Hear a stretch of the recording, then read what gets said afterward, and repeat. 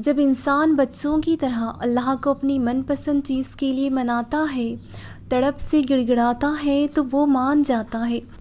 اللہ کو اپنے بندے کی معصومیت بھری آواز بہت محبوب ہوتی ہے۔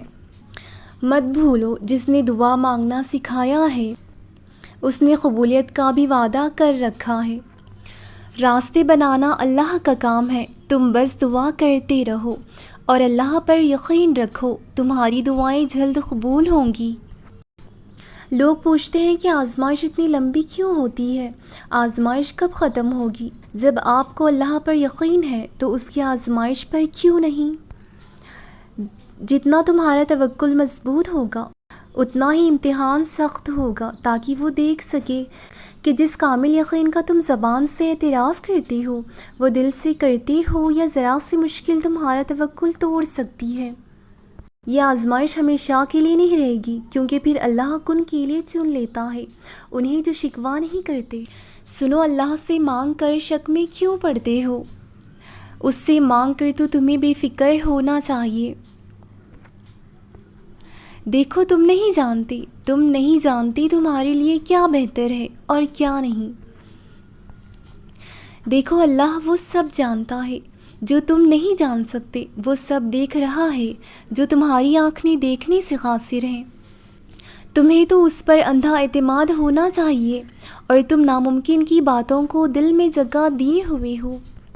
جب تمہاری کہانی ایسے موڑ پر کھڑی ہو جہاں تم بے بس ہو جاؤ، کوئی راستہ نظر نہ آئے، صبر اپنی آخری حدوں کو پہنچ جائے تو جان لینا اللہ انجانی راستوں سے تمہارے لیے مدد بھیجنے والا ہے۔ تمہاری آزمائشوں کا اختتام ہونے والا ہے، اب وہ تمہیں معجزوں کی راہ دکھانے والا ہے۔ تمہاری دعائیں قبول ہو چکی ہیں، بس ان دعاؤں کا سامنا ہونا ابھی باقی ہے۔ ہو سکتا ہے تم پر آنے والی آزمائش اب اختتام پر ہو۔ تم نے جو دعا مانگی ہوئی ہے ان سب کی قبولیت کا وقت آ پہنچا ہو۔ دعا کے بعد بھی اگر حالات کو سخت ہوتا دیکھو، یا پریشانیوں کو، درد کو اور دل کی بے چینی کو بڑھتا محسوس کرو، تو یہ مت سوچو کہ اللہ سن نہیں رہا،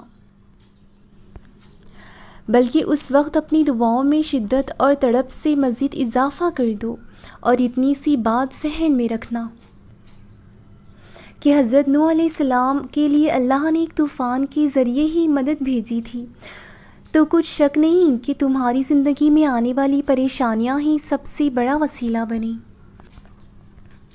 جانتے ہو اللہ تمہیں بے بسی کے مقام پر کیوں لاتا ہے؟ تاکہ تم اللہ سے رجوع کرو اور اللہ سے مانگو۔ جب تم دعاؤں پر یقین کرنا سیکھ جاؤ گے تو ہر چیز جو تمہیں ابھی ناممکن لگ رہی ہے واقعی پذیر ہونے لگے گی۔ جو چیز نصیب میں نہیں ہے وہ بھی تم پا لو گے۔ تہجد کی دعائیں صحیح وقت پر قبول ہوتی ہیں۔ تہجد پڑھنے والے صرف سوچتے ہیں اور انہیں عطا کر دیا جاتا ہے۔ آدھی رات جب پوری دنیا سو رہی ہوتی ہے، ان میں سے کچھ لوگ تہجد کے لیے چن لیے گئے ہوتے ہیں۔ اللہ کو اس وقت اپنے بندے پر بہت پیار آتا ہے، اسی لیے تہجد اپنے خواہشوں کے پورا ہونے کے علاوہ اللہ سے محبت ہونے پر بھی پڑھا کریں۔ جسے اللہ کی محبت مل جائے اس کی ہر مشکل آسانی میں تبدیل ہو جاتی ہے۔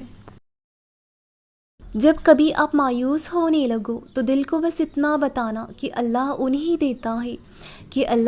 بھی دیتا ہے جو کبھی اس سے مانگتے ہی نہیں ہیں۔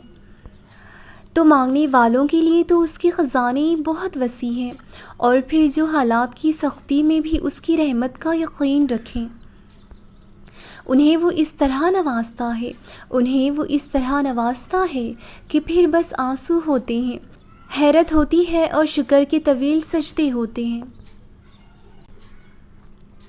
دعاؤں میں بہت طاقت ہوتی ہے، اور جب تم سچے دل سے اللہ سے مانگتے ہو تو وہ کبھی تمہیں مایوس نہیں کرتا، کیونکہ تمہارا رب بہت باعزت ہے، اسے حیا آتی ہے تمہیں خالی ہاتھ واپس لوٹاتے ہوئے۔